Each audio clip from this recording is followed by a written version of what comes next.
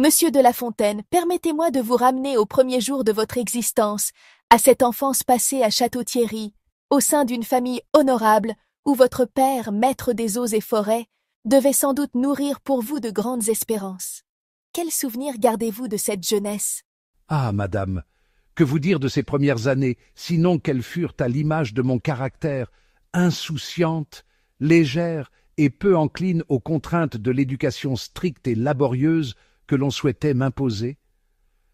Mon père, homme de bien, s'acquittait de sa charge avec cette régularité opiniâtre propre aux hommes d'administration, et sans doute espérait-il que je suivisse ses pas, que je me forgeasse une discipline, un goût du devoir, une inclination pour l'ordre.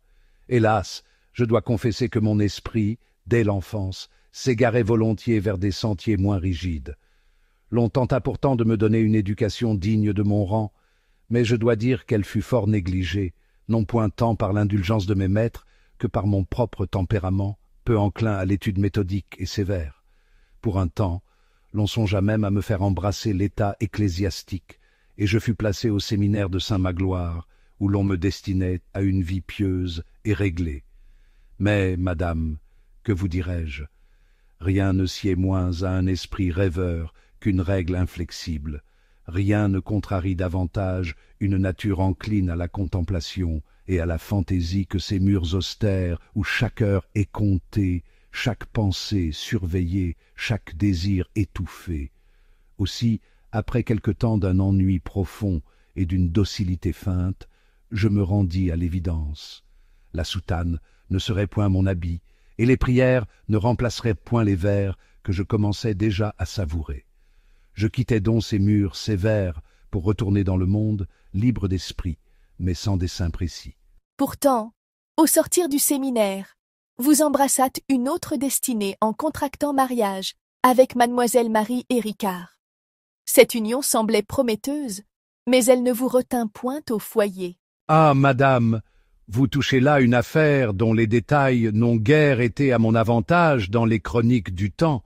Il est vrai que l'on m'unit à une jeune femme d'excellente naissance, fille d'un lieutenant au bailliage de La Ferté-Milon, et que, pour quelque temps, l'on crut me voir ranger mon esprit vagabond dans le cadre domestique.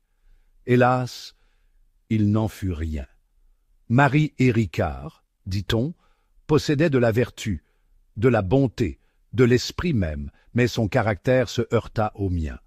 J'étais de nature indolente, peu disposé à me contraindre aux obligations du mariage, et, peu à peu, je m'éloignai du foyer conjugal, non point par quelque perfidie volontaire, mais par cette pente insensible qui fait qu'un homme accoutumé à la liberté se trouve mal à l'aise dans la monotonie d'une vie réglée. Certains, pour me défendre, ont prétendu que madame de La Fontaine possédait un tempérament impérieux, qu'elle entendait régenter ma conduite avec une sévérité qui convenait peu à mon naturel enjoué. Je ne sais, madame, si je dois me retrancher derrière une telle excuse. Ce que je sais, c'est que les devoirs conjugaux me pesèrent bien vite, et que, sans fracas, sans éclat, presque sans y songer, je pris le large. Vous aviez cependant une charge héréditaire, celle de maître des eaux et forêts, qui aurait pu vous attacher à Château-Thierry. Vous en acquittâtes-vous avec assiduité? Vous me raillez sans doute, et vous auriez raison. Ma charge, certes, je l'avais héritée de mon père, et je devais, en principe, veiller au droit et aux prérogatives du roi sur les bois et les rivières de la province. Mais que voulez-vous? Rien n'était moins fait pour moi que cette besogne administrative, ces règlements à appliquer, ces conflits à trancher entre braconniers et forestiers. J'étais en charge, certes, mais en vérité je ne fis que peu d'efforts pour remplir mon office avec le sérieux attendu. Loin de parcourir les forêts à surveiller les coupes et les délits, je préférais m'enfermer dans ma chambre à rêver de vers, ou encore à errer dans les allées ombragées, perdu dans quelque méditation poétique. Est-ce cette nature indolente et rêveuse qui vous poussa à abandonner Château-Thierry pour Paris? Sans nul doute, madame. Paris, que dis-je? C'était là le centre du monde, le foyer des esprits, le théâtre où se jouaient les grandes œuvres et les grandes intrigues. Je n'y vins point tout de suite, mais dès que l'occasion se présenta, je ne pus y résister. J'avais déjà composé quelques vers, bien modestes encore, et l'on me parlait de ces salons où l'on conversait avec tant d'esprit, où l'on devisait de littérature, où l'on admirait Corneille, où l'on discutait des cartes. Comment aurais-je pu rester dans ma province, enchaîné à des procès de bois coupés illégalement, lorsque Paris ouvrait ses bras aux âmes avides de beauté et de renom? À votre arrivée, la France était en proie à de grands bouleversements. Pouvez-vous nous parler du climat de l'époque? Ah, madame, vous ne pouvez imaginer quel tumulte agitait alors le royaume. Mazarin venait de s'éteindre, et avec lui s'en allait toute une ère de dissimulation et de ruse.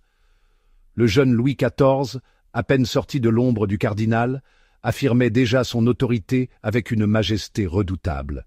Monsieur de La Fontaine, bien que votre union avec Madame Marie Héricard n'ait point été des plus heureuses, jamais dans vos écrits vous ne laissâtes transparaître d'amertume ou de rancœur envers votre épouse. Si quelques-uns ont murmuré sur son caractère, il semble que vos reproches fussent d'un tout autre ordre.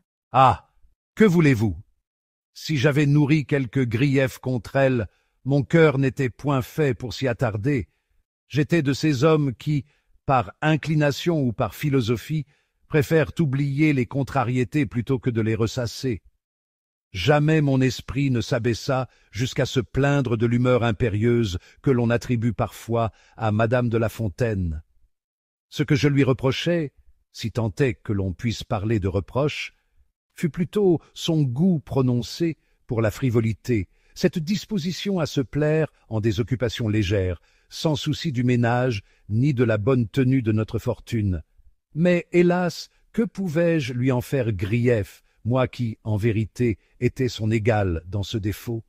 Si elle délaissait l'économie domestique, ne faisais-je pas de même? Si elle ne veillait point à l'accroissement de nos biens, n'étais-je pas le premier à me détourner de telles préoccupations? Deux êtres enclins à la dissipation, portés davantage au plaisir de l'instant qu'aux rigueurs de l'ordre, peuvent-ils prétendre à une vie conjugale, prospère et bien réglée? Je crois, madame, que notre mésentente ne fut point le fruit d'une faute particulière, ni d'une incompatibilité d'humeur insurmontable, mais plutôt le résultat naturel de deux tempéraments mal assortis pour la gestion d'un foyer. En d'autres circonstances, avec d'autres inclinations, peut-être eussions-nous été plus heureux. Vous avez néanmoins eu plusieurs enfants. Quel fut leur sort après vous? Ah, madame, sur ce point, il me faut vous confesser une chose. Si j'étais peu soucieux de mes propres affaires, je ne fus pas davantage un père attentif. Mon esprit vagabond, absorbé par les lettres, les conversations, les salons, ne se tourna que rarement vers ces devoirs que l'on nomme paternels. Ce fut là, je le crains, un manquement dont je ne saurais me glorifier. Cependant, mes descendants trouvèrent quelque providence dans leur nom. Par un privilège que l'on voulut bien leur accorder, ils furent dispensés d'acquitter certaines charges publiques, et, bien des années après ma disparition, et bien que je ne sois plus là, ce même nom les sauva d'un péril autrement plus grand. Vous faites allusion à l'épisode qui eut lieu sous la Révolution, où une de vos arrière-petites-filles faillit être emportée par la tourmente. Oui, et quelle étrange ironie du sort. Moi qui fus toujours étranger aux affaires publiques, moi qui n'embrassais jamais d'autre cause que celle des muses et de l'amitié, voilà que mon souvenir devint un bouclier contre la fureur des tribunaux révolutionnaires. Imaginez la scène. Madame de Marsan, mon arrière-petite-fille, autrefois élevée dans un certain éclat, se trouvait réduite à vivre modestement à Versailles, consacrant ses jours à l'éducation de ses enfants. Une lettre, échappée du secret de sa correspondance, vint éveiller la défiance du comité révolutionnaire, car elle émanait d'un parent proscrit. En ces temps d'effroi où la moindre suspicion équivalait à une condamnation, elle fut convoquée, et c'est accompagnée de ses enfants qu'elle comparut devant ses juges. Le verdict semblait écrit d'avance. Correspondre avec un émigré? C'était là un crime impardonnable. L'ordre d'arrestation allait être prononcé, lorsque, du sein de l'Assemblée, une voix s'éleva, une voix du peuple, simple et émue, qui s'écria « Ô ciel, faire périr une petite fille de La Fontaine, une dame qui élève si bien ses enfants. Ah, voyez combien l'affection populaire a parfois plus de force que les édits les plus implacables. Ces quelques mots, lancés sans artifice, éveillèrent en ces juges un sentiment plus fort que la loi, la pitié, le respect du passé, le souvenir d'une figure que le peuple aimait encore. Alors, le président du comité se tourna vers l'enfant de Madame de Marsan, un jeune garçon de 10 ans, et lui demanda « Que t'enseigne-t-on » L'enfant, dans sa candeur, répondit « On m'enseigne à être bon. » Que dire, madame? Ces paroles, si simples, si pures, touchèrent l'Assemblée plus profondément que tous les plaidoyers du monde. Les juges, émus, renvoyèrent Madame de Marsan chez elle, et l'affaire s'éteignit doucement, comme un feu que le vent n'alimente plus. Ainsi donc, par un singulier retournement du destin, ce fut mon nom, plus d'un siècle après ma mort, qui sauva mes descendants du tumulte révolutionnaire. Que pouvais-je espérer de plus flatteur, moi qui n'avais jamais aspiré à d'autre postérité que celle de mes vers? Mais venons-en à votre art, à votre plume, qui seul vous a valu l'immortalité. Quand avez-vous senti en vous naître cet amour des lettres, et quel fut votre premier ouvrage? Il est bien difficile de dire à quel moment précis une vocation se déclare. Peut-être est-ce un sentiment diffus qui chemine en nous à notre insu et qui un jour éclate avec évidence. Toujours est-il que, dès ma jeunesse, je pris un plaisir sans égal à la lecture des poètes anciens, et en particulier d'un certain Terence, dont j'entrepris, avec plus d'enthousiasme que de méthode, de traduire quelques comédies. Ce fut là mon premier ouvrage, si toutefois l'on peut donner ce nom à un exercice qui relevait plus de l'imitation que de la création véritable. Mais il faut bien, madame, quelque apprentissage avant que le talent ne s'affirme. Aussi cette première tentative, quoique fort peu remarquée, me donna-t-elle l'assurance nécessaire pour poursuivre dans cette voie. Toutefois, si je portais en moi un goût naturel pour la poésie, je dois avouer que ce ne fut point immédiatement vers la fable que je me tournai. Je tentai d'abord quelques pièces galantes, des contes légers, où l'on retrouve déjà ce ton badin, cette ironie douce qui me sont familiers. Mais ce n'était point encore là mon chef-d'œuvre. Vos premières œuvres furent donc empreintes d'un esprit plus libre, plus léger, avant que vous ne trouviez votre véritable voie. Comment en êtes-vous venu à la fable? La fable, ce genre qui me valut les faveurs des uns et l'aigreur des autres. Voyez-vous, j'ai toujours pensé que les vérités les plus profondes se disent mieux lorsqu'elles sont voilées d'un peu de plaisanterie, qu'un bon mot porte plus de poids qu'un long discours, et qu'il est parfois plus habile de feindre, d'instruire les enfants pour éclairer les hommes. L'idée de composer mes premières fables me vint, je crois, par le détour de mes lectures d'Ésope et de Phèdre. Ces antiques fabulistes avaient su donner aux animaux une voix, une âme, une sagesse qui, sous couvert de naïveté, révélait les travers des hommes. L'ambition me prit alors de prolonger leur œuvre, d'enrichir ce genre d'une élégance nouvelle, d'y mêler les grâces de la langue française. Ce fut donc par plaisir autant que par dessein que je me mis à composer ces petits récits où le renard dispute au corbeau, où le lion impose sa loi, où la fourmi enseigne la cigale. Mais qui eût cru, madame, que de si humbles créatures me vaudraient tant de gloire? Et cette gloire, monsieur, fut-elle immédiate? La cour et le public accueillit-il vos fables avec faveur dès leur première publication? Ah, madame, si seulement il en allait ainsi pour tous les poètes. Mais non, la faveur ne se gagne point d'un trait de plume. Certes, mes premières fables trouvèrent quelque écho parmi les lettrés et les esprits curieux, mais elles ne furent point aussitôt couronnées d'un succès universel. Voyez-vous, la cour de Louis XIV, en ce temps-là, goûtait fort les œuvres pompeuses, les tragédies grandioses, les vers où chaque mot semblait peser pour plaire aux augustes oreilles du monarque. Mes fables, avec leur ton familier, leur légèreté apparente, leur moquerie parfois à peine déguisée, ne répondaient guère à cet idéal de majesté. Il fallut du temps pour que l'on comprît que sous ces historiettes d'animaux se cachaient des vérités bien plus profondes, et que la morale en était parfois plus hardie qu'il n'y paraissait. Pourtant, on dit que vous eûtes de puissants protecteurs. Qui vous soutint dans votre carrière littéraire? Ah, il faut bien à un poète quelque ami généreux pour le tirer des ombres où son art le relègue parfois.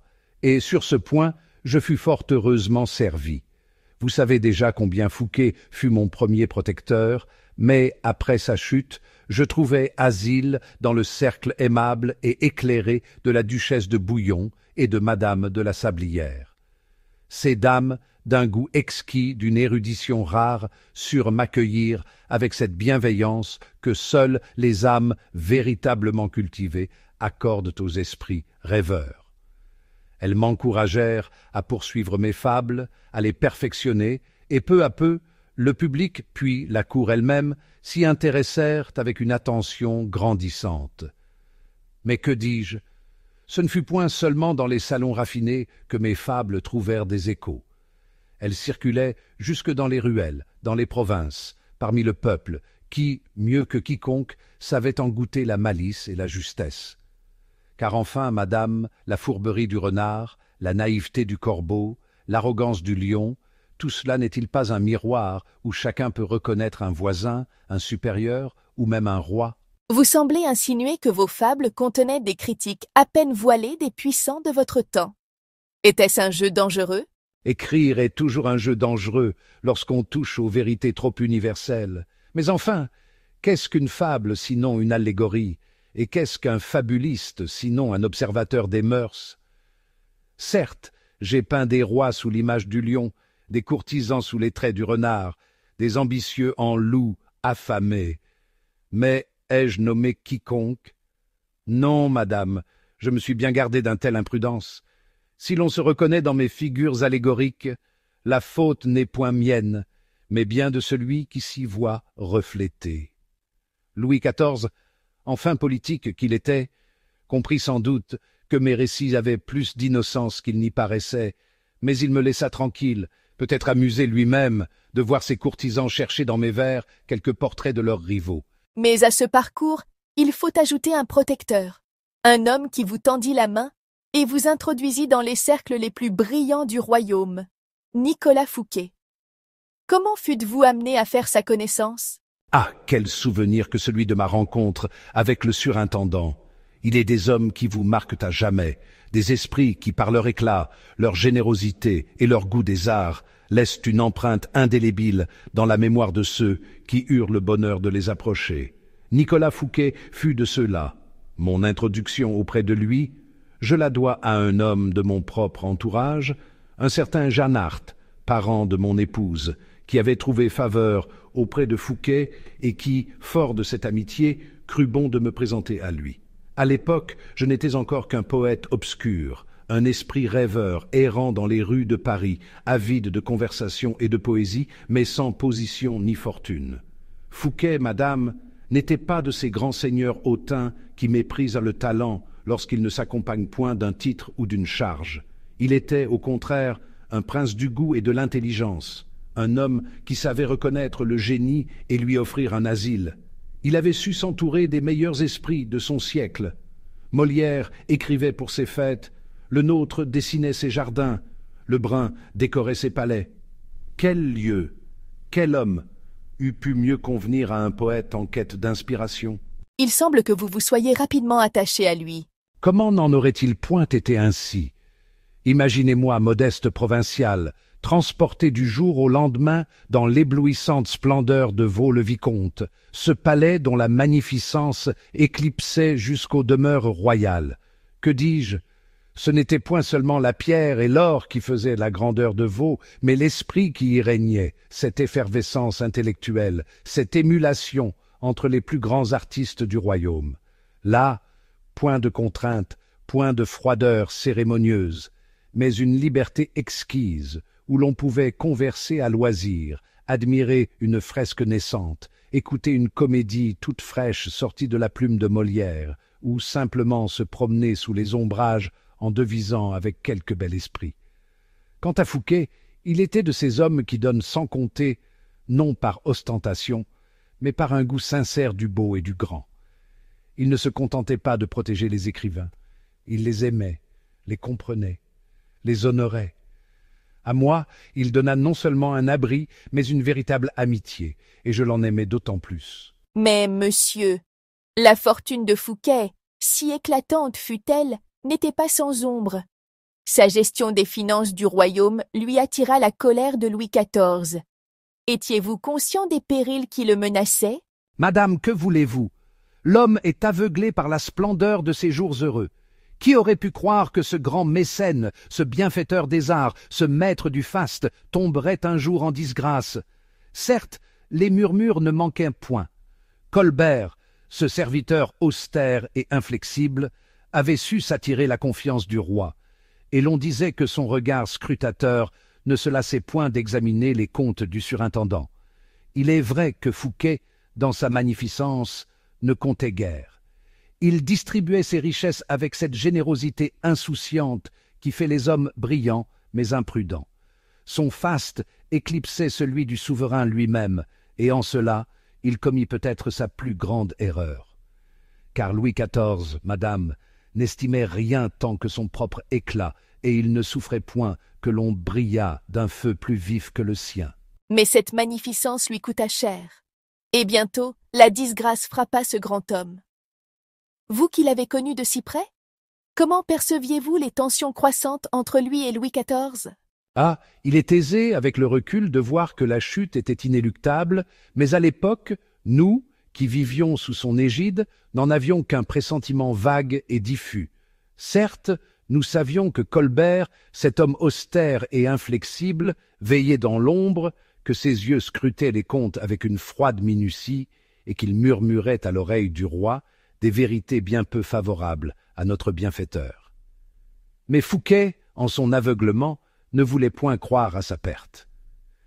Il pensait qu'avec un roi jeune encore, à peine dégagé de la tutelle de Mazarin, il pourrait accroître son influence, se rendre indispensable, et qui sait, peut-être un jour atteindre la fonction suprême de Premier ministre.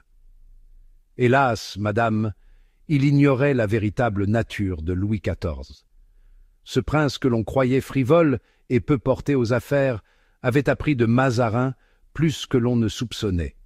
Sous ses dehors affables, il cachait une résolution inébranlable et une patience redoutable.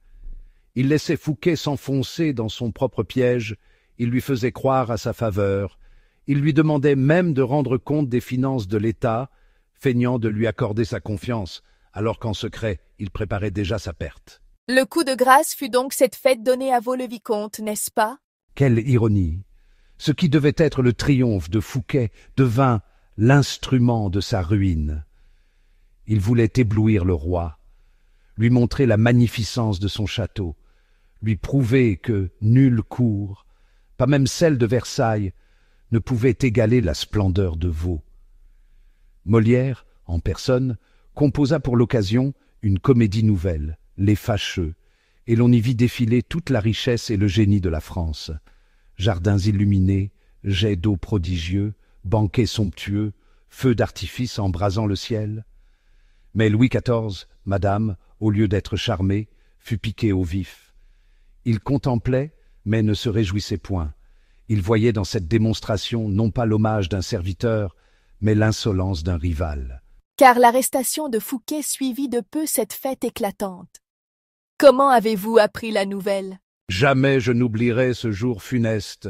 Nous étions encore sous l'éclat des derniers feux de Vaux lorsque la rumeur se répandit.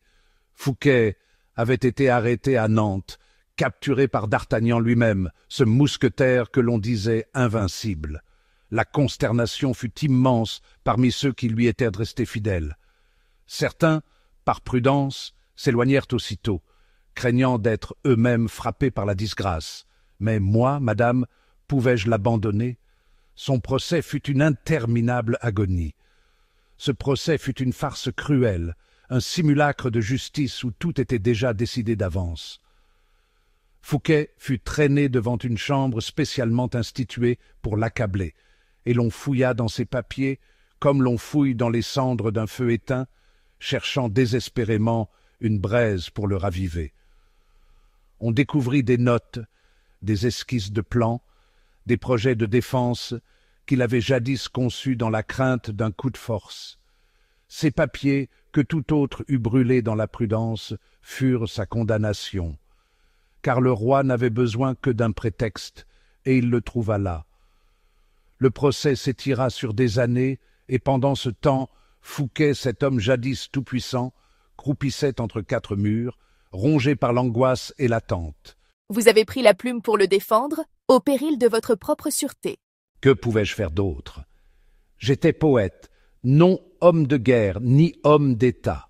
Mon épée, c'était ma plume, et mon devoir était d'en user pour celui qui m'avait comblé de bienfaits. Je composais l'élégie aux nymphes de Vaux, ce poème où je déplorais la ruine de ce lieu enchanteur, de ce paradis que l'ingratitude et l'envie avaient réduit à néant. Mais hélas, madame, que peuvent les vers contre la raison d'État? Louis XIV avait décidé d'abattre Fouquet, et rien ne pouvait plus l'arrêter. Il reste un point essentiel à aborder. Votre propre sort après sa chute. Vous étiez connu pour votre attachement indéfectible envers lui. Vous avez osé le défendre publiquement, ce qui, sous le règne de Louis XIV, relevait d'un acte d'audace. Quelles furent les conséquences de cette fidélité sur votre propre vie? Si l'amitié est une vertu louable en toute âme noble, elle n'est point toujours bien récompensée dans le siècle où nous vivons.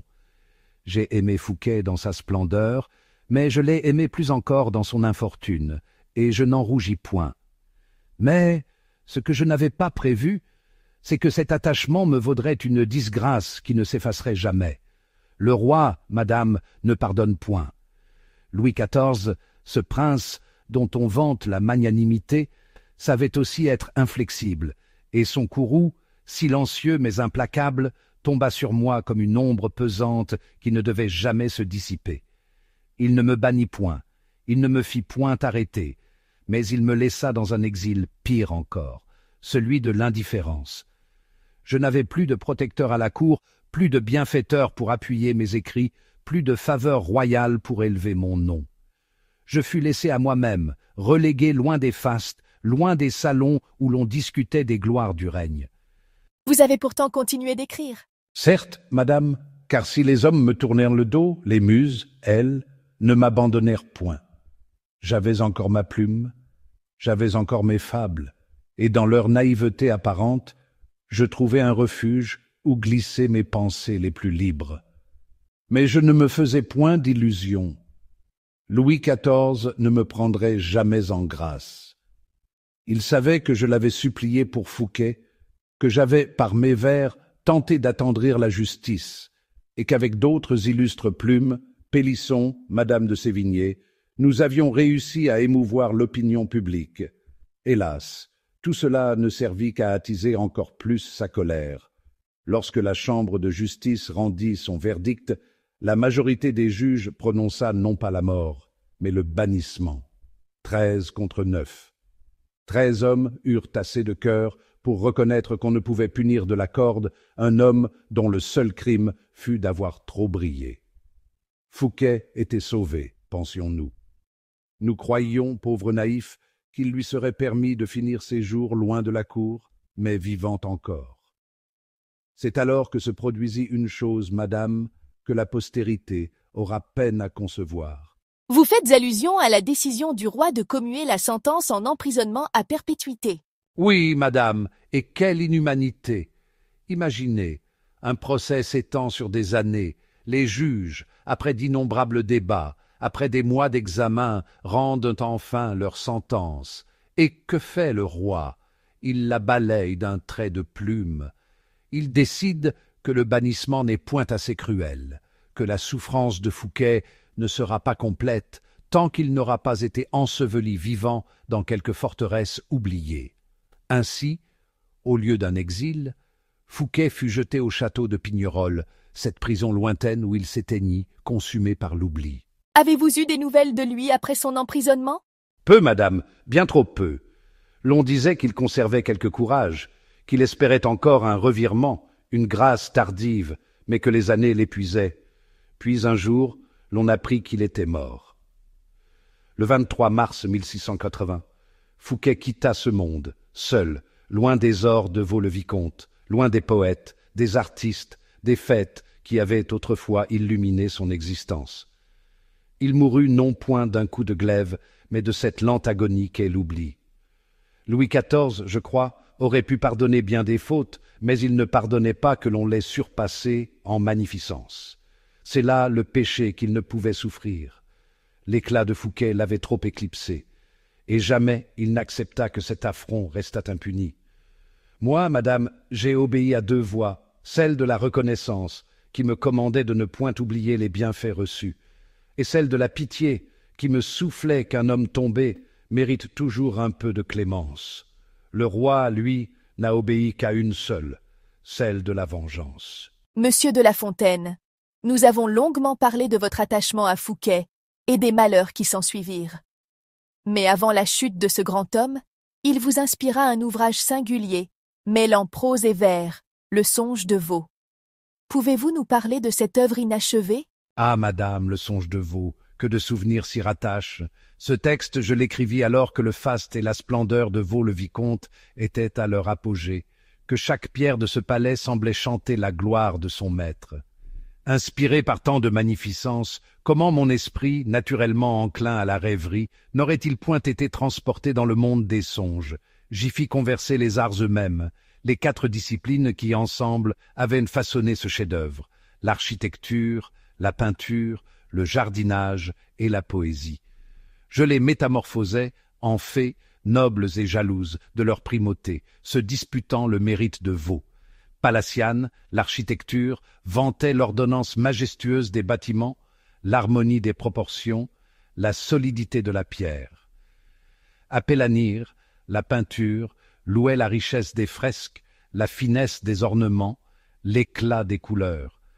Orthésie, la déesse des jardins, se glorifiait d'avoir donné à la nature une perfection qu'elle n'avait jamais connue, où l'eau et la verdure composaient un tableau mouvant et éternel. Enfin, Calliope, ma muse préférée, proclamait que la poésie, plus que tout autre, donnait aux lieux leur véritable âme. Hélas, madame, ce texte, comme Vaux lui-même, fut frappé d'inachèvement. Lorsque la disgrâce s'abattit sur Fouquet, la plume me tomba des mains. Le rêve s'évanouit avec la chute de son inspirateur. Cependant, ce texte nous a laissé quelques vers d'une beauté saisissante, notamment votre invocation au sommeil. Ah, madame, que voulez-vous? Le sommeil fut toujours mon ami le plus fidèle. Je l'ai célébré comme un dieu bienfaisant. Je l'ai invoqué comme une divinité tutélaire. Toi que chacun réclame, sommeil, je ne viens pas t'implorer dans ma flamme. Conte à d'autres que moi ces mensonges charmants dont tu flattes les vœux des crédules amants. Les merveilles de Vaux me tiendront lieu d'aminte. Fais que par ces démons leur beauté me soit peinte. Tu sais que j'ai toujours honoré tes autels. Je t'offre plus d'encens que pas un des mortels. Doux sommeil, rends-toi donc à ma juste prière. Ce n'est point feinte, madame, si j'ai tant loué le sommeil. Ce repos sacré, cette douce torpeur qui m'enveloppait et me soustrayait au tracas du monde, je l'aimais plus que bien des plaisirs. Certains aiment les honneurs, d'autres la richesse. Moi je goûtais le luxe d'une oisiveté heureuse. Votre épitaphe humoristique reflète bien cette inclination pour la paresse heureuse. Ah, madame, j'ai toujours pris soin de ne pas me prendre trop au sérieux. Jean s'en alla comme il était venu, mangea le fond avec le revenu, tint les trésors, chose peu nécessaire. Quant à son temps, bien sut le dispenser, 2 parts en fit, dont il saoulait passer l'une à dormir et l'autre à ne rien faire. Voyez-vous, madame, la vie est déjà bien assez sévère avec nous. Faut-il encore nous l'imposer en contrainte? N'est-il point doux de savourer le temps qui passe, sans chercher à l'enchaîner? Mais vous saviez tout de même vous montrer diligent lorsqu'il s'agissait de répondre à votre bienfaiteur, Fouquet. Vous aviez même pris l'engagement de payer votre pension en vers. Ah, madame, c'est bien là la seule forme de dette que je me résolus à honorer scrupuleusement. Fouquet, ce prince des arts et des lettres, m'avait alloué une pension de 1000 francs, somme respectable qui me permit d'oublier quelque peu la rigueur des finances. Mais en retour, je lui promis un paiement singulier. Des poèmes, livrés à chaque trimestre, comme un tribut poétique dû à mon généreux mécène. Pélisson, ce fidèle ami, servit d'intermédiaire pour transmettre mes épîtres. Écoutez donc ce que j'écrivis. Il me faudra 4 termes égaux. À la Saint-Jean, je promets madrigaux, courts et troussés, et de taille mignonne. Longue lecture en été n'est pas bonne. Le chef d'octobre aura son tour après. Ma muse alors prétend se mettre en frais. Notre héros, si le beau temps ne change, de menu vert aura pleine vendange. Voyez, madame, je me faisais un devoir d'être assidu. Mais si jamais je venais à manquer à mon engagement, j'écrivais encore, non sans plaisanterie. Mais tout au moins, je serai diligent. Et si j'y manque, envoyez un sergent. Faites saisir, sans aucune remise, stances, rondeaux et vers de toute guise. Ah, madame, il faut bien que le poète paye son dû, et puisque nous n'avons point d'or, donnons des vers. Parmi ceux qui m'entouraient alors, il est un jeune homme dont la renommée allait bientôt éclater au grand jour. Racine. Oui, madame, Racine, ce prodige, ce jeune homme ardent, qui déjà portait en lui la majesté du vers tragique. Il était né à la Ferté-Milon, ce même pays qui avait vu naître mon épouse, et ce voisinage fit que nos routes se croisèrent. Lorsque le procès de Fouquet éclata, Racine se trouvait loin de la capitale, à Uzès, chez un de ses oncles, un homme d'église qui voulait le voir embrasser l'état ecclésiastique. Mais pouvait-on enchaîner un tel génie? Je lui écrivais alors pour lui conter les nouvelles de Paris, lui rapporter les bruits du théâtre, l'intriguer par les échos du beau monde. Lui brûlait d'impatience d'échapper à sa retraite, et il finit par s'en affranchir, pour notre plus grand bonheur.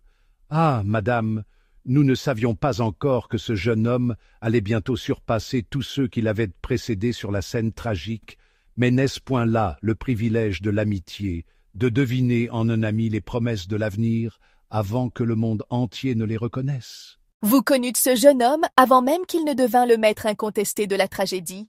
Quelle fut la nature de votre relation? Ah! Si le temps avait pu effacer de ma mémoire bien des visages et bien des noms, celui de Racine y serait resté gravé à jamais. Il est rare que l'on croise, au détour d'un chemin, un esprit dont l'éclat préfigure déjà la grandeur future, et c'est pourtant ce qui m'arriva en le rencontrant. Il était alors un jeune homme plein d'ardeur, que l'on voulait enfermer dans les ordres, et qui déjà sentait au fond de lui que l'Église ne saurait contenir l'ardeur de son génie. Il se trouvait à Uzès, en exil forcé, sous la tutelle d'un oncle généreux, mais bien naïf de croire qu'il pourrait faire de lui un prêtre. Nos lettres étaient pour lui un baume, un fil ténu le reliant encore au monde des lettres et à la vie parisienne dont il rêvait. Il me l'écrivait avec tant d'enthousiasme que j'en étais touché. Votre lettre m'a fait un grand bien, et je passerai assez doucement mon temps si j'en recevais souvent de pareils. Je ne sache rien qui me puisse mieux consoler de mon éloignement de Paris. Je m'imagine mieux être au milieu du Parnasse, tant vous décrivez agréablement tout ce qui s'y passe de mémorable. Ah, madame, quelle douce flatterie! Voilà bien la marque de l'homme qui allait donner au vers français son relief le plus pur et le plus majestueux. Vous connûtes ce jeune homme avant même qu'il ne devint le maître incontesté de la tragédie. Quelle fut la nature de votre relation? Ah! Si le temps avait pu effacer de ma mémoire bien des visages et bien des noms, celui de Racine y serait resté gravé à jamais. Il est rare que l'on croise, au détour d'un chemin, un esprit dont l'éclat préfigure déjà la grandeur future, et c'est pourtant ce qui m'arriva en le rencontrant. Il était alors un jeune homme plein d'ardeur, que l'on voulait enfermer dans les ordres, et qui déjà sentait au fond de lui que l'Église ne saurait contenir l'ardeur de son génie. Il se trouvait à Uzès, en exil forcé, sous la tutelle d'un oncle généreux, mais bien naïf de croire qu'il pourrait faire de lui un prêtre. Nos lettres étaient pour lui un baume, un fil ténu le reliant encore au monde des lettres et à la vie parisienne dont il rêvait. Il me l'écrivait avec tant d'enthousiasme que j'en étais touché. Votre lettre m'a fait un grand bien, et je passerai assez doucement mon temps si j'en recevais souvent de pareils. je ne sache rien qui me puisse mieux consoler de mon éloignement de Paris.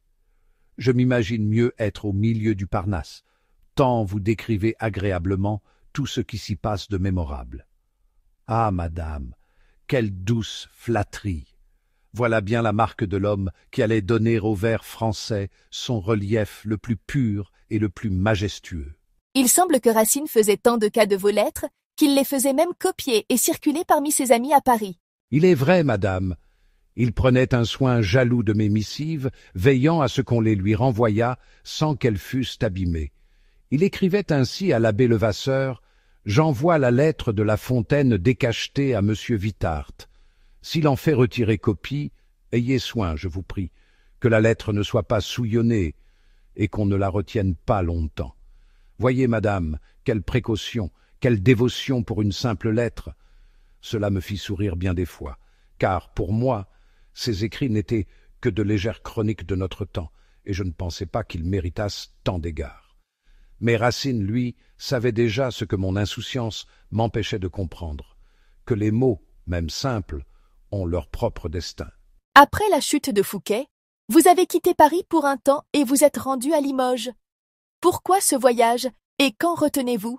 Je ne sais si ce fut un exil volontaire ou une simple errance, mais après la tourmente du procès, il me sembla bon de quitter un temps la capitale. Peut-être avais-je besoin d'air, peut-être aussi voulais-je fuir cette atmosphère lourde qui pesait sur moi depuis que le roi m'avait en défiance.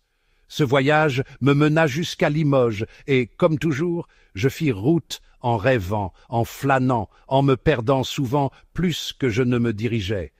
J'écrivis à ma femme quelques lettres où l'on peut lire, si ce n'est l'ennui, du moins la distraction naturelle qui me caractérisait. Un passage en particulier vous divertira, madame, tant il est emblématique de mon esprit vagabond. C'était à Cléry, près d'Orléans. J'en visitais l'église avec toute la dévotion possible, mais à la sortie, au lieu de regagner mon auberge, je pris une autre hôtellerie pour la nôtre. Il s'en fallut peu que je n'y commandasse à dîner. Puis, m'étant allé promener dans le jardin, je m'attachai tellement à la lecture de Tite-Live qu'il se passa plus d'une bonne heure sans que je fisse réflexion sur mon appétit. Un valet de ce logis, m'ayant averti de ma méprise, je courus au lieu où nous étions descendus, et j'arrivai assez à temps pour compter. Voyez, madame, mon esprit rêveur.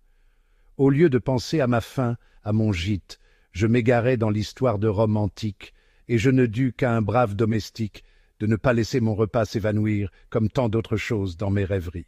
Vous semblez avoir toujours préféré les fables aux réalités triviales de la vie. Est-ce donc un crime que de préférer les songes aux calculs, les vers aux contes, les histoires aux préoccupations du monde?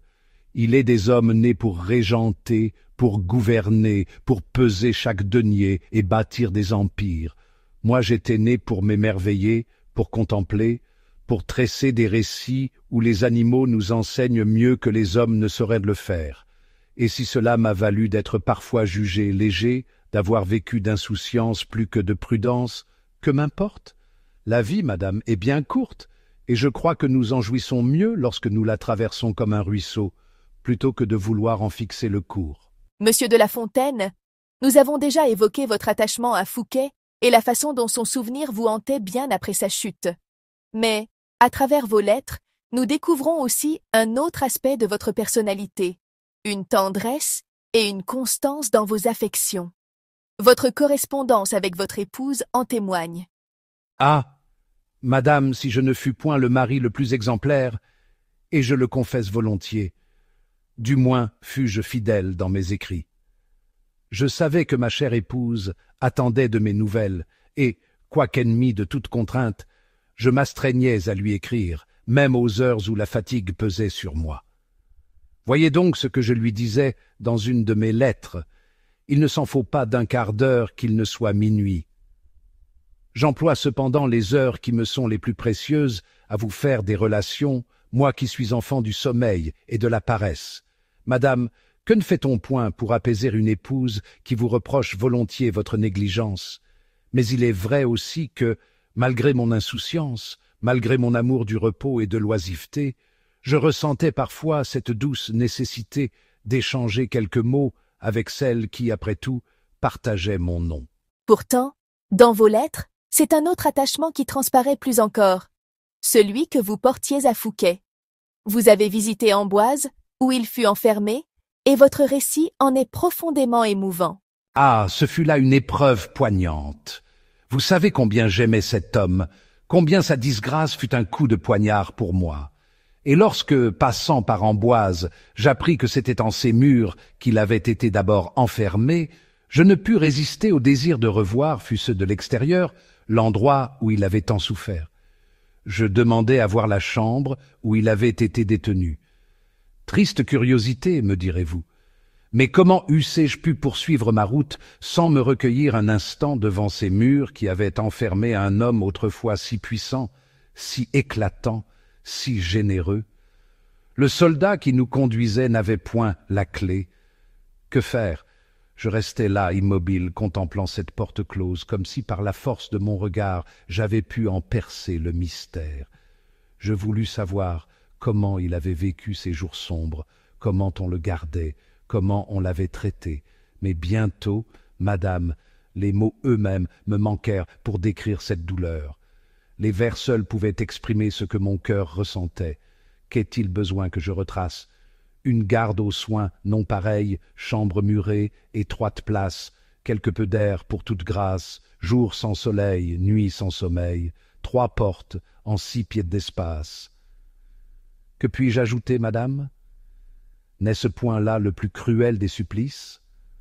Un homme habitué à commander, à être entouré des plus grands esprits de son temps, réduit à un cachot, privé d'air, de lumière, d'espoir. Vous peindre un tel appartement, ce serait attirer vos larmes. Je l'ai fait insensiblement. Cette plainte a pour moi des charmes. Voyez, madame, comme le cœur est étrange.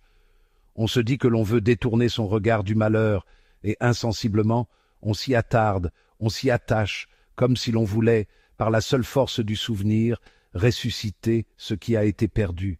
Auriez-vous pu quitter cet endroit sans verser quelques larmes? Je crois bien que non. Sans la nuit tombante qui m'arracha à cette contemplation, je serais resté là, figé dans ma douleur, comme une statue pleurant un ami disparu. Ce fut l'un des moments les plus poignants de mon existence, car jamais auparavant je n'avais autant mesuré l'injustice de la fortune. Passons à un autre sujet. Malgré la disgrâce royale, vous avez continué à écrire, et l'un de vos ouvrages, Joconde, suscita une querelle littéraire des plus vives. Pouvez-vous nous parler de cette affaire? Que serait la littérature sans ces querelles?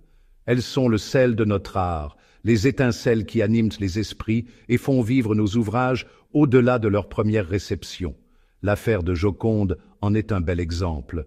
Voyez-vous, en 1663, un certain Monsieur de Bouillon, secrétaire du duc d'Orléans, publia une traduction du Roland furieux de l'Arioste, et parmi les récits qu'il adapta figurait l'histoire de Joconde. Il s'était contenté d'en offrir une traduction fidèle, respectant chaque vers, chaque tournure, chaque trait de l'original italien. Or, peu après, je publiai ma propre version de Joconde, mais au lieu d'une simple traduction, j'en fis une réécriture libre, mêlant à l'histoire originale mes propres inventions, un style plus enjoué, une légèreté que l'Arioste, dans sa majesté italienne, ne s'était peut-être pas permis. Les partisans de Bouillon crièrent aussitôt au sacrilège. Selon eux, je m'étais permis de dénaturer l'histoire en y introduisant des changements qui en altéraient l'essence. Mais mes amis, et parmi eux Boileau en tête, prirent ma défense avec une ferveur que je ne pouvais qu'admirer. Boileau alla jusqu'à écrire une dissertation pour vous défendre. En effet, madame, et quel honneur ce fut pour moi. Boileau n'était pas homme à accorder légèrement son appui. Il avait l'esprit tranchant, le verbe acéré, et ses jugements, souvent sévères, faisaient trembler bien des écrivains. Or, ici, non content de me défendre contre Bouillon, il alla jusqu'à me donner l'avantage sur l'Arioste lui-même. Je dois avouer, madame, que je n'aurais jamais osé une telle prétention. L'Arioste est un maître, et j'avais puisé mon inspiration à sa source. Mais Boileau affirma que mes changements avaient embelli le conte, lui donnant une vivacité, une fluidité, qui le rendait plus agréable encore que l'original. Je ne sais si j'osais le croire, mais cette querelle, loin de nuire à mon ouvrage, en fit parler davantage, et comme il arrive souvent, ce fut le tumulte qui fit sa renommée. C'est aussi vers cette époque que se forma une amitié remarquable entre vous, Boileau, Racine et Molière. Vous avez été réunis dans un même cercle, malgré vos caractères si différents. Ah, quelle époque bénie que celle où nous étions ainsi réunis! Jamais ne se virent ensemble 4 esprits plus dissemblables, et pourtant jamais ne se forma amitié plus sincère. Imaginez cette étrange assemblée. Boileau, bruyant, brusque, toujours prêt à donner son avis avec une franchise parfois redoutable.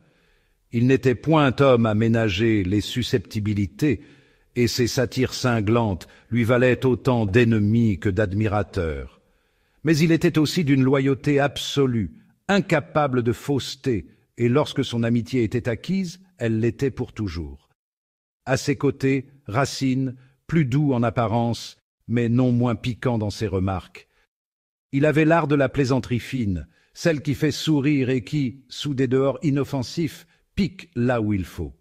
Son ironie était plus subtile que celle de Boileau, plus feutrée, mais parfois plus mordante encore. Molière, lui, était tout autre.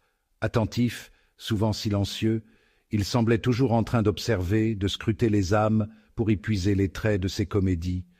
Il parlait peu, mais chaque mot, chaque remarque portait en elle une profondeur qui nous forçait à l'écouter avec respect. Il était le plus mélancolique d'entre nous, malgré la gaieté apparente de ses pièces. Et puis, il y avait moi, distrait, rêveur, souvent perdu dans mes pensées. J'écoutais mes amis avec ravissement, m'égarant parfois dans quelques digressions avant de revenir soudainement à la conversation avec quelques saillies qui les faisaient éclater de rire. Vous aviez, en somme, une complicité littéraire rare, un équilibre où chacun apportait sa touche. C'est bien cela, madame. Nous étions 4 pièces d'un même jeu d'échecs, chacune avançant sur l'échiquier des lettres avec sa propre manière, et à ce cercle venait parfois se joindre Chapelle, cet esprit pénétrant et fin, dont la conversation était un enchantement. Racine disait de lui qu'il avait une imagination vive et un esprit délicat, et il ne se trompait pas. Que de discussions avons-nous eues, madame? Nous parlions littérature, bien sûr, mais aussi politique, philosophie, amour et conditions humaines. Boileau et Racine débattaient avec ardeur, Molière écoutait en silence avant de livrer une observation qui nous laissait songeurs, et moi, je lançais quelques plaisanteries pour alléger l'atmosphère lorsque les débats s'enflammaient trop. Un tel cercle, où se côtoyaient tant de génies, devait être un spectacle fascinant. C'était un de ces moments que l'on ne mesure qu'après qu'ils se sont envolés. Nous étions jeunes encore, du moins dans l'esprit, et nous ne savions pas que nos noms, réunis par le hasard de l'amitié, allaient traverser les siècles. Nous ne pensions qu'à jouir du plaisir d'échanger, de rire, de nous quereller parfois, puis de nous réconcilier autour d'un bon vin et d'un madrigal improvisé. Ces années furent donc un âge d'or pour vous, malgré la défiance de la cour? Un âge d'or, oui, mais que nous ne savions pas tel. La vie est ainsi faite, on ne reconnaît le bonheur qu'une fois qu'il est passé. Monsieur de La Fontaine, nous avons déjà longuement évoqué votre talent et votre sensibilité. Mais vous étiez aussi connu pour vos réparties singulières et votre esprit inattendu, qui surprenait souvent vos amis. Racontez-nous cet épisode où vous avez mystifié le frère de Boileau. Il arrive que les doctes se prennent si fort au sérieux qu'ils ne comprennent plus la légèreté d'un bon mot.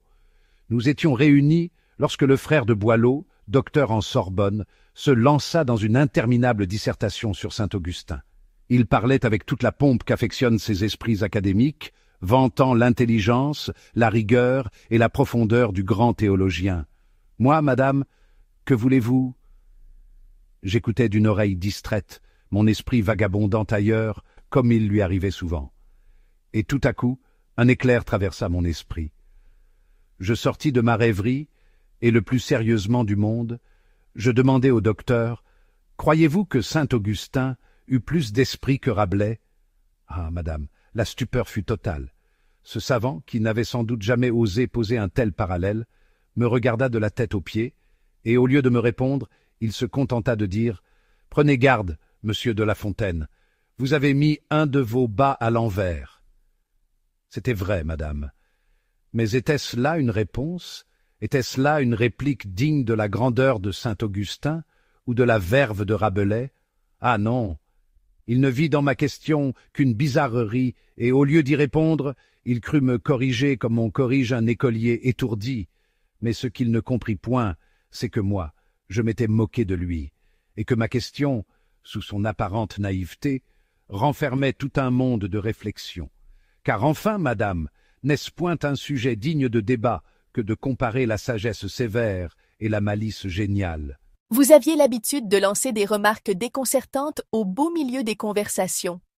Cela vous valut parfois d'être pris au piège par vos amis, notamment par Boileau, qui se joua de vous sur la question des apartés au théâtre. Ah, madame, celui-là savait comment me prendre. Nous parlions du théâtre, et j'exprimais mon avis avec cette chaleur que l'on ne me connaissait guère.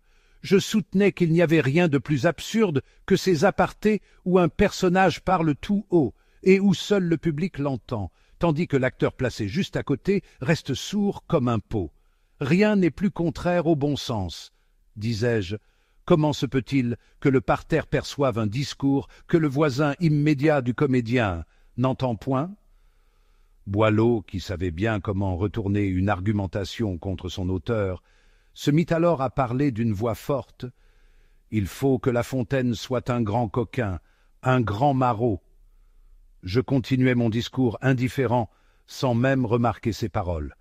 Alors, il répéta encore « La Fontaine est un maraud, un fieffé coquin. » L'assemblée éclata de rire. Je m'arrêtai, surpris. « De quoi donc riez-vous » demandai-je. Boileau me regarda avec un sourire malicieux. « Comment, monsieur? Vous, qui êtes si près de moi, n'avez pas entendu ce que je disais, et vous voulez que sur scène, un acteur perçoive un aparté prononcé à 2 pas de lui? Ah, madame, que pouvais-je répondre à cela? Le trait était bien lancé et l'ironie bien trouvée. Il me fallut bien rire avec les autres, car après tout, la moquerie, lorsqu'elle est fine et juste, vaut mieux qu'une réplique inutile. Vous étiez souvent perdu dans vos rêveries, et vos amis aimaient de vous en tirer par quelques ruses bien placées.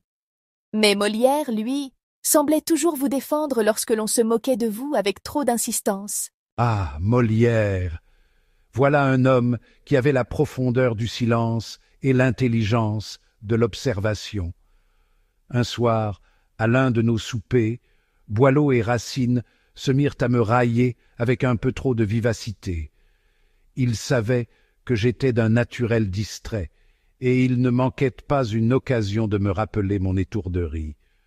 Mais Molière, qui jusque-là n'avait rien dit, se leva après le repas, s'approcha du flûtiste d'Escoto, et, le poussant dans l'embrasure d'une fenêtre, lui dit à voix basse « Nos beaux esprits ont beau se trémousser, ils n'effaceront pas le bonhomme. » Ah, madame, quelle douceur dans cette phrase! Il comprenait que, sous mes rêveries, il y avait une musique que d'autres ne percevaient peut-être pas toujours, et il savait qu'on peut rire d'un homme sans pour autant vouloir le diminuer. Vous étiez donc un cercle où chacun portait ses travers, et où l'on se moquait les uns des autres, parfois avec affection, parfois avec malice.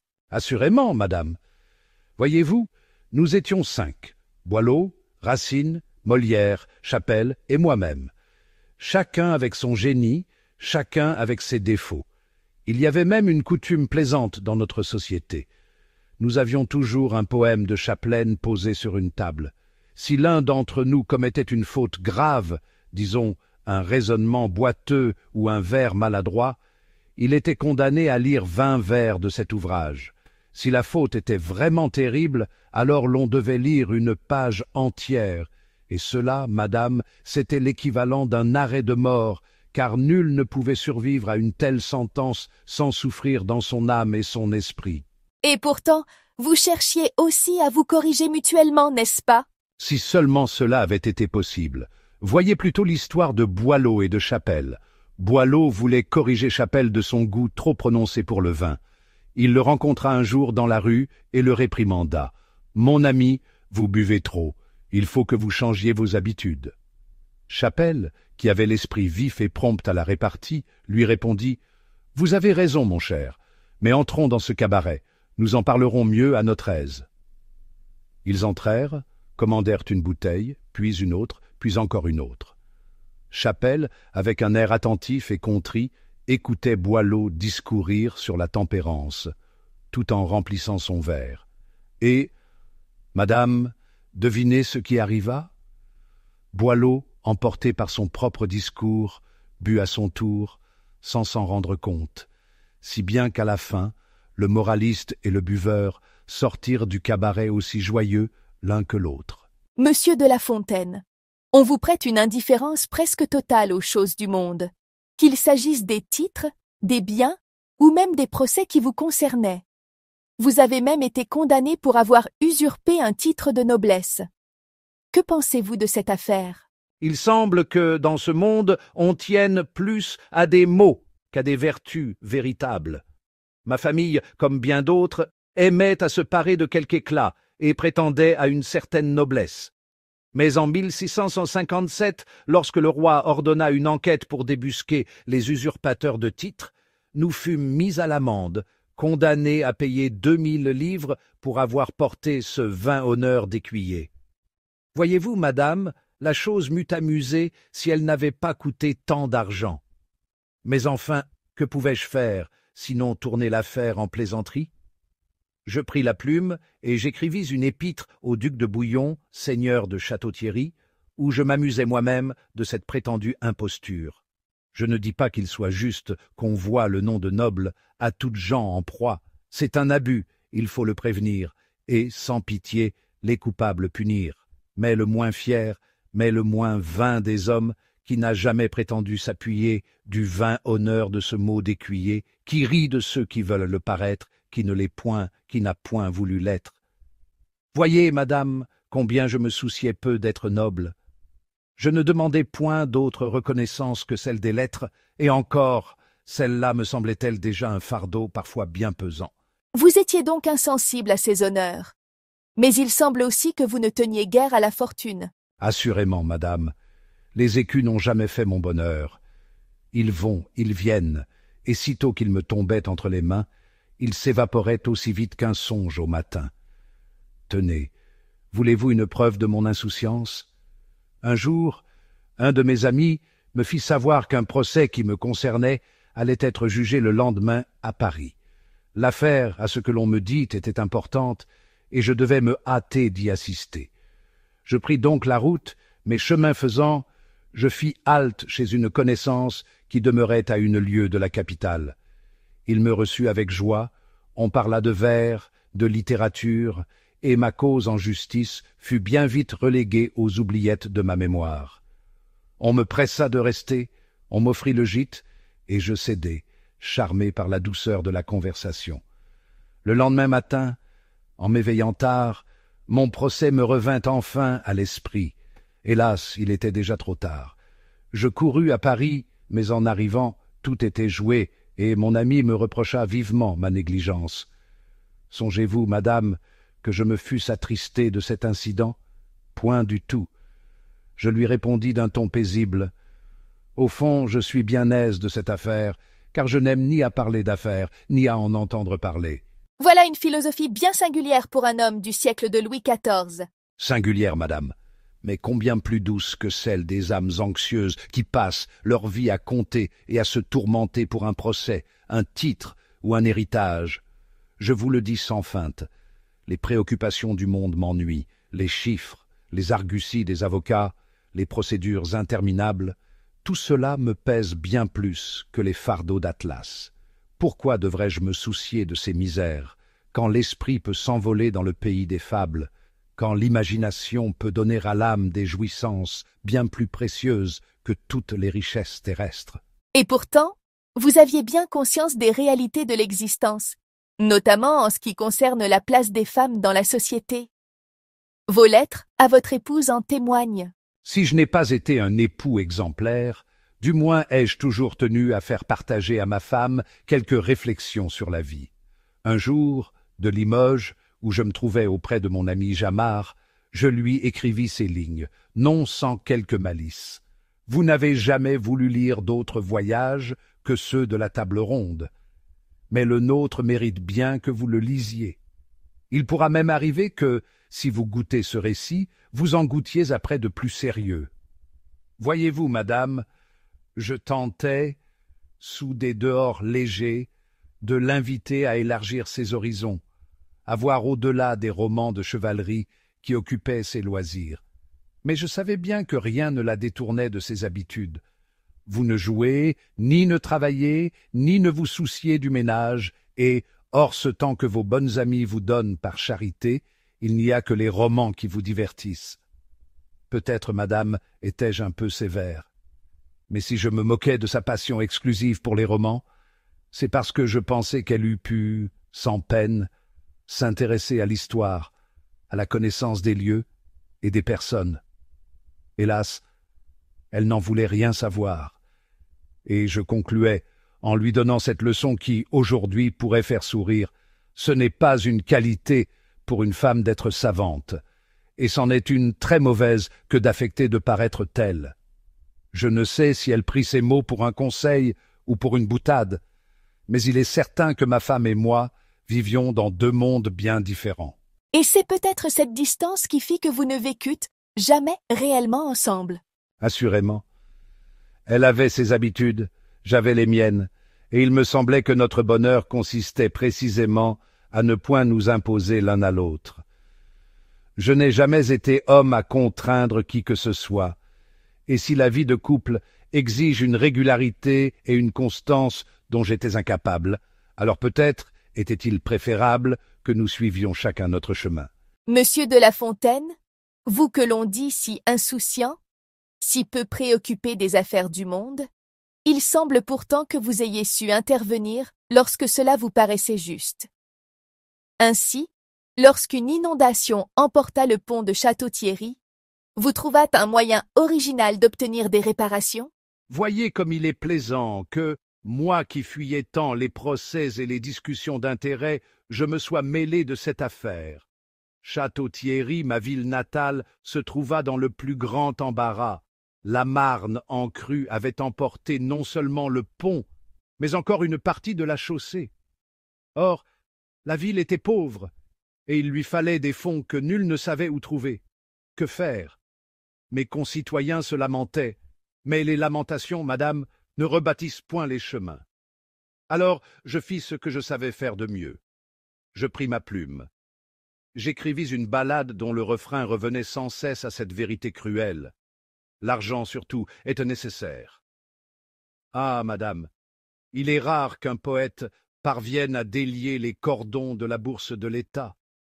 Mais le charme des vers fit son effet, et l'on décréta que les réparations se feraient aux frais du trésor royal. Voyez-vous, il y a dans les mots une puissance qu'on sous-estime trop souvent. Il arrive que quelques rimes bien tournées accomplissent plus de prodiges que les plus éloquents plaidoyers. Pourtant, en ces mêmes années, vos amitiés commencèrent à se déliter. La querelle entre Racine et Molière vous força-t-elle à prendre parti? Ah, quelle tristesse que de voir deux hommes aussi grands se détourner l'un de l'autre. Le malheur voulut que Racine, dans son ambition naissante, eut le tort de blesser Molière en retirant de son théâtre Alexandre pour le donner à l'Hôtel de Bourgogne.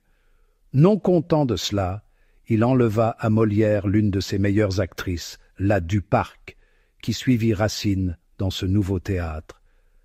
Molière, madame, était un homme fier et discret. Il souffrit en silence, mais le coup n'en fut pas moins rude. Je me trouvais pris entre deux feux. J'aimais Racine, et je le regardais comme un frère d'armes en poésie. Mais Molière, madame, Molière avait toute mon estime et mon admiration. Aussi, au lieu de choisir un camp, je fis ce que je faisais toujours dans ces situations. Je demeurai l'ami des deux. Mais cette querelle eut une conséquence fâcheuse. Notre cercle se dissipa peu à peu. Nos réunions rue du Vieux Colombier devinrent plus rares. Boileau, toujours tranchant, reprocha à Racine son ingratitude. Moi, je gardais mon amitié pour lui, mais je m'éloignai quelque peu de Boileau, dont la rigueur inflexible convenait mal à ma nature insouciante. Quant à Chapelle, hélas, madame, les excès du vin achevèrent d'avoir raison de lui, et je cessai peu à peu de le fréquenter. Ainsi, sans éclat ni disputes ouvertes, notre belle camaraderie se dissolvait doucement, comme un nuage chassé par le vent. Mais, pendant que vos amitiés s'effritaient, vos amis tentèrent de vous réconcilier avec votre épouse. Ce fut là, semble-t-il, une entreprise bien vaine. Mes amis, toujours si promptes à juger ma conduite, pensèrent que cette séparation me faisait tort. Ma femme, lasse de mes absences et de mon insouciance, avait fini par quitter Paris et retourner à Château-Thierry. Cela ne me troubla guère, je dois l'avouer. Nous vivions ensemble sans vraiment nous comprendre, et si elle trouvait son bonheur loin de moi, pourquoi l'en priver? Mais Boileau et Racine, convaincus que cette situation ne pouvait durer, me pressèrent de me rendre auprès d'elle pour me réconcilier. Ils insistèrent tant que, lassé de leur obstination, je cédais enfin. Me voilà donc parti dans la voiture publique en direction de Château-Thierry, prêt à accomplir ce que mes amis appelaient mon devoir. J'arrivai chez elle. Et là, madame, que croyez-vous qu'il advint? Je fus reçu par une domestique qui, ne me reconnaissant point, me déclara avec le plus grand naturel « Madame est au salut ». Je restai un instant interdit. Devais-je attendre? Devais-je la chercher à l'église? Mais enfin, madame, rien ne m'y forçait, et je me sentis tout à coup bien soulagé de cet échappatoire. Aussi, au lieu de patienter, je me rendis chez un ami, où je fus reçu avec toute l'amitié possible. On me donna un bon souper, un lit confortable, et l'on me retint 2 jours durant. Durant ce temps, peut-être quelques âmes charitables s'occupèrent-elles à rapporter mes intentions à mon épouse, mais d'une manière si peu habile qu'au lieu d'adoucir les choses, elles les aggravèrent encore. Enfin, après ces 2 jours d'oubli et de bonne compagnie, l'idée même de la réconciliation m'apparut comme un fardeau trop lourd. Sans plus attendre, je fis volte-face et repris la route de Paris. Mais que répondîtes-vous à vos amis, qui, sans doute, attendaient avec impatience des nouvelles de cette réconciliation? Ah, madame, l'embarras était grand. Je savais bien qu'ils me harcèleraient de reproches s'ils apprenaient que je n'avais même pas vu mon épouse. Alors, pour éviter toute remontrance, je me contentai de dire, d'un ton détaché, « J'ai été pour la voir, mais je ne l'ai pas trouvée. Elle était au salut. » Ah, madame, comme je riais en moi-même de cette réponse. Elle était à la fois exacte et si trompeuse. Ainsi votre dernier effort pour renouer avec elle se solda par un échec, ou peut-être par un soulagement. Un échec, madame? Non, une délivrance. Voyez-vous, il est parfois des séparations qui valent mieux que de vaines tentatives de rapprochement. Elle et moi étions faits pour vivre éloignés l'un de l'autre. Je crois même que, dans le fond, elle fut aussi soulagée que moi d'apprendre que je n'avais pas insisté. Vous étiez décidément un homme que rien ne contraignait, ni la société, ni les obligations mondaines, ni même vos amis. Ah, madame, la vie est trop courte pour la passer en obligations inutiles. Les affaires me fatiguaient, les disputes me lassaient, et quant aux contraintes du mariage, eh bien, j'aimais mieux les éviter. Mais tout cela ne m'empêchait pas d'écrire, de rêver et de laisser mon esprit voguer au gré de l'inspiration. Monsieur de La Fontaine, alors que vos fables commençaient à asseoir votre renommée, vous fûtes introduit dans les cercles les plus influents du royaume. Vous comptiez notamment parmi les proches de la duchesse douairière d'Orléans. Ah, madame, que voulez-vous? Les princes aiment à s'entourer d'esprits qui savent égayer leur jour, et il semble que j'avais le talent d'amuser sans jamais importuner. Je fus en effet admis dans la Société du Luxembourg, sous la protection de la duchesse Marguerite de Lorraine, veuve de Gaston d'Orléans. Gaston, ce frère rebelle de Louis XIII, cet homme toujours en demi-révolte, toujours en demi-grâce, laissa derrière lui une veuve dont la cour était un refuge pour les âmes fines et les esprits indépendants. Elle me reçut avec bonté, et je lui témoignai ma reconnaissance à ma manière par des vers légers et badins. J'écrivis notamment une épître pour Mignon, un petit chien qui, à ce qu'il paraît, tenait une place de choix auprès de son Altesse. Ah, madame, il faut bien comprendre qu'à la cour, il est parfois plus profitable de louer un chien que de vanter un ministre. Je composai également 2 sonnets, de ces petites pièces où l'art réside dans la brièveté et l'élégance. Les princes aiment qu'on les célèbre, mais ils aiment encore davantage qu'on les amuse sans trop les fatiguer. Votre talent pour plaire aux grands vous valut même une charge auprès de Madame Henriette d'Angleterre, première épouse de Philippe d'Orléans. Quel ange que cette princesse! Henriette, fille du malheureux roi Charles Ier d'Angleterre, avait ce mélange de grâce et de mélancolie propre aux âmes qui ont connu les vicissitudes du destin. Elle avait su conquérir l'affection de monsieur, son époux, et celle du roi lui-même, qui lui portait une admiration peu commune. Par l'entremise de mes amis, je fus attaché à sa maison en qualité de gentilhomme. Ah, madame, le titre était flatteur, mais ne vous y trompez point. Mes fonctions étaient des plus légères.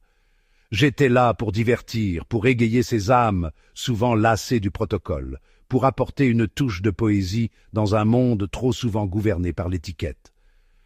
Et pendant ce temps, votre œuvre prenait un essor considérable. Après le succès de vos contes, vous publiâtes votre premier recueil de fables en 1668. Ce fut là l'un des plus heureux événements de ma vie. Les contes, certes, m'avaient acquis une certaine renommée, mais ils étaient frivoles, légers, et l'on ne voyait en moi qu'un amuseur. Or, avec les fables, je prétendais à autre chose. Ce premier recueil, qui comprenait les 6 premiers livres, fut dédié au dauphin. Il faut bien flatter les grands, madame, mais avec art et sans servilité. J'y mêlais le badinage à la sagesse, la fantaisie à la morale, la légèreté du style à la profondeur du sens, et voyez comme la nature humaine est étrange. Alors que mes contes, pleins de malice et de grivoiserie, s'étaient vendus comme des petits pains, voilà que mes fables, plus sérieuses sous leur apparente simplicité, remportèrent un succès encore plus grand. Ce succès vous valut enfin une place définitive parmi les grands poètes du siècle. Oui, madame, et je vous avoue que cette reconnaissance me surprit moi-même. Qui aurait cru qu'en prêtant aux animaux les travers des hommes, en déguisant la morale sous le masque du fabuliste, j'obtiendrais plus de gloire qu'en célébrant les amours et les plaisirs? Mais il faut croire que l'homme aime qu'on lui fasse la leçon, pourvu qu'on la lui donne en riant. Vous aviez donc conquis le Parnasse français. Mais cette gloire ne vous protégea pas des revers. Nous poursuivrons notre entretien en évoquant la fin de votre carrière, votre entrée tardive à l'Académie française et les derniers éclats de votre esprit.